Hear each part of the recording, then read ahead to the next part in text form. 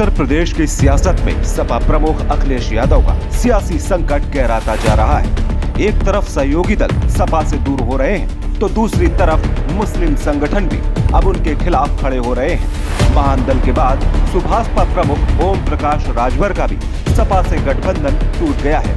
वहीं शिवपाल यादव भी सपा से आजाद हो चुके हैं।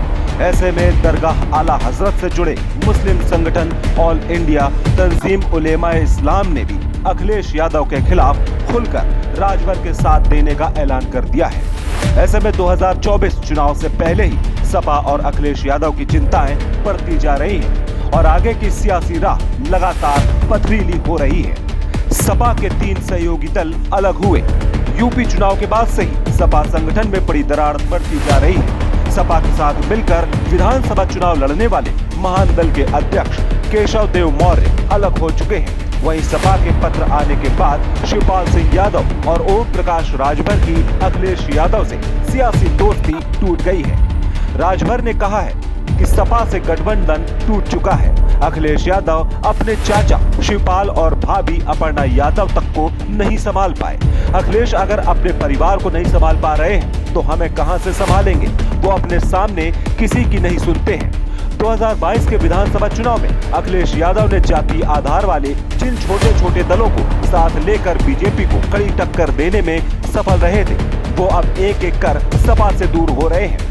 एक तरफ 3 छोटे दलों के साथ अखिलेश यादव का गठबंधन टूट चुका है और अब उनके साथ सिर्फ जयंत चौधरी की पार्टी आरएलडी ही बची है। ओम प्रकाश राजभर अब जिस तरह से सपा के आक्रामक रुख अपना रखा है, उससे अखिलेश यादव का सामाजिक समीकरण भी गड़बड़ा रहा है। राजभर को मिला मुस्लिम संगठन का साथ। सपा से नाता टूटने के बाद राजभर को मुस्लिम संगठन का समर्थन मिला है।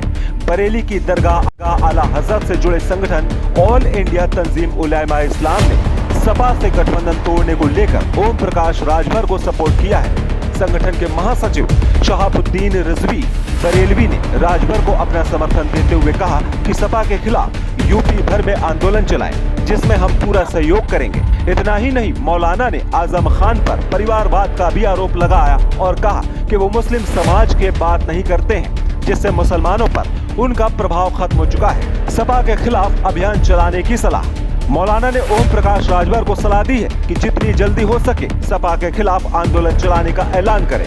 सपा अब डूबता हुआ जहाज है। उन्होंने पत्र में लिखा कि अखिलेश यादव की मुस्लिम मुद्दों पर खामोशी के चलते पहले ही 50% मुसलमानों ने सपा से दूरी बना रखी है। बाकी 50% मुसलमान भी 2024 में अलग हो जाएंगे। इतना ही नहीं, उन्होंने कहा कि शिवपाल यादव और मौलाना तौकीर रजा खान के साथ मिलकर एक मोर्चा बनाएं और सपा के खिलाफ मुहिम चलाएं, मुसलमानों के मुद्दे उठाएं।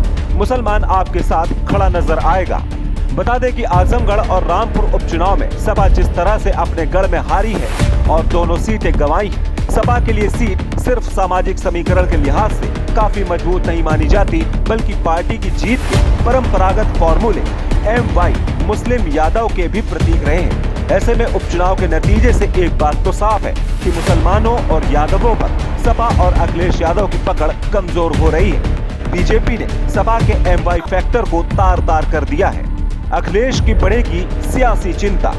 सपा से एक तरफ सहयोगी दल दूर हो रहे हैं तो दूसरी तरफ मुस्लिम संगठन भी अखिलेश यादव के खिलाफ खुलकर सामने आ रहे हैं। आजमगढ़ उपचुनाव में उलेमा काउंसिल खुलकर सपा के खिलाफ खड़ी हो रही है और बसपा को अपना समर्थन दिया था।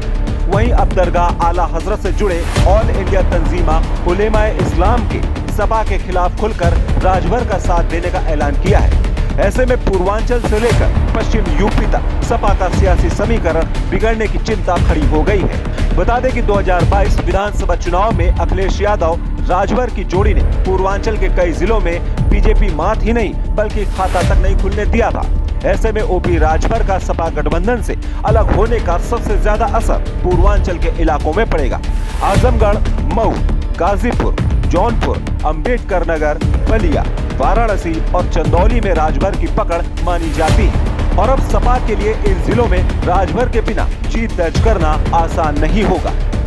पश्चिमी यूपी में मुस्लिम संगठन ना बिगाड़ते खेल। सपा को 2022 के चुनाव में जिन इलाकों में जीत मिली थी, उनमें एक इलाका तो पूर्वांचल का था जो राजभर के प्रभाव वाला था, और दूसरा पश्चिमी यूपी और रुहेलखंड की मुस्लिम बेल्ट। विधानसभा चुनाव में मुस्लिमों ने सपा के पक्ष में 83% वोट दिए थे, जिसके चलते मुस्लिम बहुल सीटों पर उसे जीत मिली थी। ऐसे में सपा के खिलाफ जो मुस्लिम संगठन खुलकर सामने आया है, उसका आधार भी रुहेलखंड और पश्चिम यूपी के उन्हीं इलाकों में है। इसके चलते सपा का मुस्लिम वोट बैंक के छिटकने का खतरा भी साफ दिख रहा है। संपादक मोहम्मद ताहिर की रिपोर्ट।